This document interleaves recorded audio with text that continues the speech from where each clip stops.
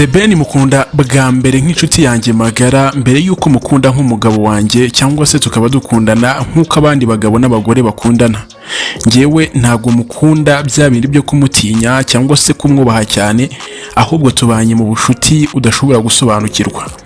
Ngewe ubundi nakunze imyitwarire ye kurusha uko nari gukunda imiterere ye igaragara inyuma.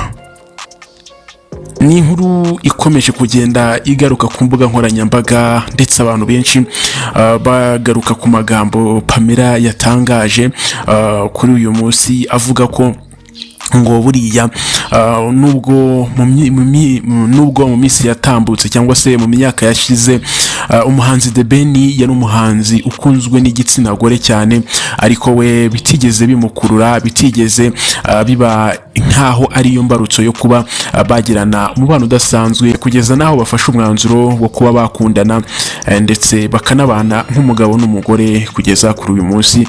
Bakaba banafitanye umwana w'umukobwa witwa Luna. Uyu Pamela ibintu yavuze byatangaje abantu cyane kubera ko abantu benshi bari bazi ko ubundi uwitwa The Ben ari umwe mu basore byibuze batanu beza, batanu b'abasore b'ibigango, batanu bafite ubwiza ariko nyine ubwiza bw'abagabo. Hanyuma abantu bose bagatekereza ko abakobwa bose bo muri iki gihugu baba bifuza kuba bakundana nawe, ndetse yaba abastari bagenzi be n'abandi bakobwa bibonaho uburanga budasanzwe bakumva ko bakagombye gukundana nawe, cyane cyane bagendeye ku buryo yari umusore, navuga ko ari umusore mwiza ndetse umusore wifuzwaga n'umugabo n'umugore, ndetse umusore wifuzwaga n'umukobwa uwo ari we wese hano mu gihugu cy'u Rwanda.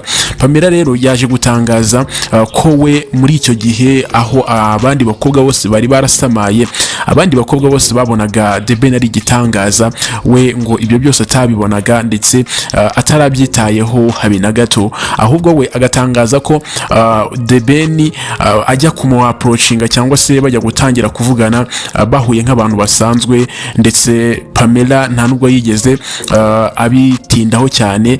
Ngira ngo mbibutsaho gatoya, Pamela nawe yari umwe mu bakobwa beza bari muri kino gihugu kubera ko yahatanye muri Miss Rwanda, nubwo wenda bitarangiye neza atsinze, ariko ngira ngo murabizi ko nawe yari ari mu bakobwa badasanzwe muri kino gihugu, kandi ari umukobwa nawe w'ikimero giteye ubwuzu, ndetse abantu navuga ko abasore benshi bo muri iyo minsi nabo bakundaga kuba bamwifuza.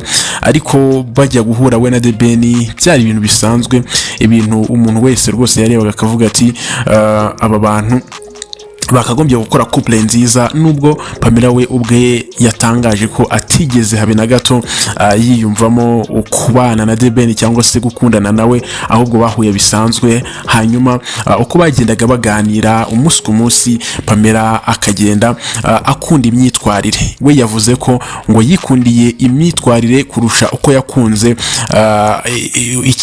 navuga igihagararo cyangwa se ubwiza bwa The Ben, aribwo abandi bakobwa bose bari barasariye. Wavuga ati ngewe ntago ibyo ngibyo ari byo byari bindaje inshinga, ahubwo ngewe nakunze personality ye. Arakomeza akavuga ati ngewe ubundi ikintu nakundiye The Ben nyuma ya character cyangwa se kuba yitwara neza, kuba ari umuntu ugira discipline, nuko nasanze ari umuntu duhuje ibintu hafi ya byose, umuntu uri calm, umuntu utuje, umuntu ugira umutima mwiza, umuntu ugira umutima wo gufasha, umuntu utari biri hanze, umuntu udasamara, ndetse ngo ntibyari gukunda ko bakundana mu gihe we yabonaga The Ben akamubona nk'umuntu yakagombye gutinya, yakagombye kubaha, binajyana n'ukuntu yari umustar ndetse n'ibindi byinshi.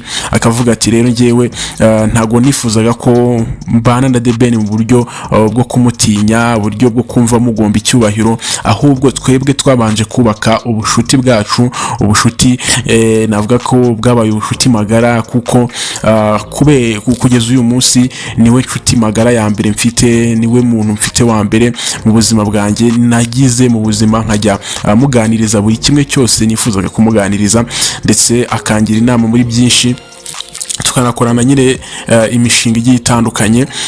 Ngira ngo uyu nguyu Pamela uvuga ibi ngibi akibana gusezerana na The Ben, sinzi n'ubu ngubu niba ariko bikimeze, ariko hari n'uburyo amusapotinga mu bijyanye n'umuziki. Akaba rero n'ubundi asa nkaho ari umujyanama wihariye ku bijyanye n'umuziki. Ni ukuvuga ngo ntago ari abantu bahujwe n'ikintu kimwe, ntago ari abantu bahujwe no kuba bafite umwana w'umukobwa witwa Luna. Ngira ngo bafite byinshi bahuriyeho kandi byinshi bituma baba connected, bagakomeza gukundana urukundo rudasanzwe. Ngira ngo nubwo yari couple nziza, ndagira ngo murabizi ibyavuzwe byose nyuma y'uko bakoze ubukwe bwiza, bakoze ubukwe bw'agatangaza, ariko bikaza kurangira ubona ko badashaka kubyara mu minsi ya mbere, ndetse abantu babashyiraho igitutu gikomeye cyane. Batangira kuvuga ngo umwe muri bo ntabyara, ariko nyuma y'igihe kitari gitoya Imana iza kubakoreramo cyangwa se iza kubaha umugisha, babona umwana mwiza n'umwana w'umukobwa umaze gukura, amaze kugira igihagararo, ubona ko byibuze atangiye kuba umwana mukuru. N'umubebe rero bakunda cyane, ndetse ubona ko bundi aribo bantu bafite ukuntu bakunda umwana byihariye. Ngira ngo Pamela yaranabitangaje nawe mu minsi yashize avuga ati buriya iyo bigeze kuri Luna jewe n'ubuzima nabutanga, nicyo kintu cyonyine kiri kuri iyi si gishobora gutuma ntamba ubuzima bwanjye, nta wundi ni Luna, ni umukobwa wacu, turamukunda cyane.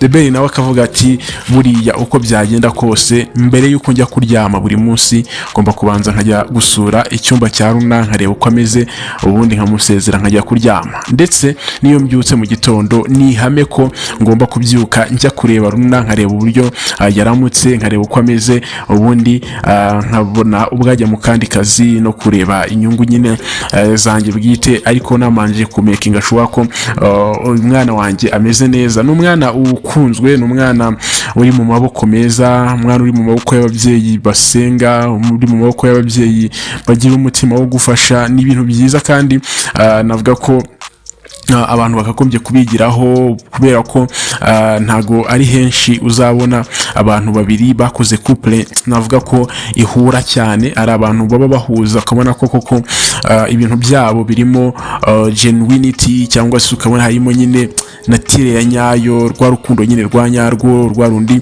rutakigaragara cyane muri iyi minsi mu bajene, ndetse no mu ngo murabizi ko divorce agenda yiyongera n'ibiki byose, ariko bo bagiriwe umugisha, babona urubyaro, ndetse babona urubyaro rwiza, banabona banagirana urukundo, barasapotingana mu kazi.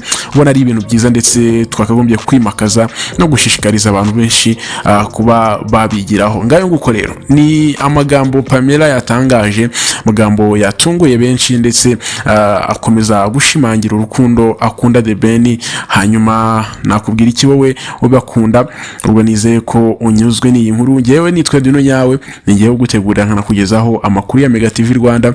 Ngenda gusaba gukora subscribe kugira ngo tujye dukomeza kubana mu biganiro tugutegurira umunsi ku munsi. Uduhe like, uduhereze n'igitekerezo muri comment, utubwire icyo twakongeramo, icyo twahindura se, ubundi tujye dukomeza kubana mu biganiro tugutegurira umunsi ku munsi. Ciao, bye bye, ndabakunda nawe utaha.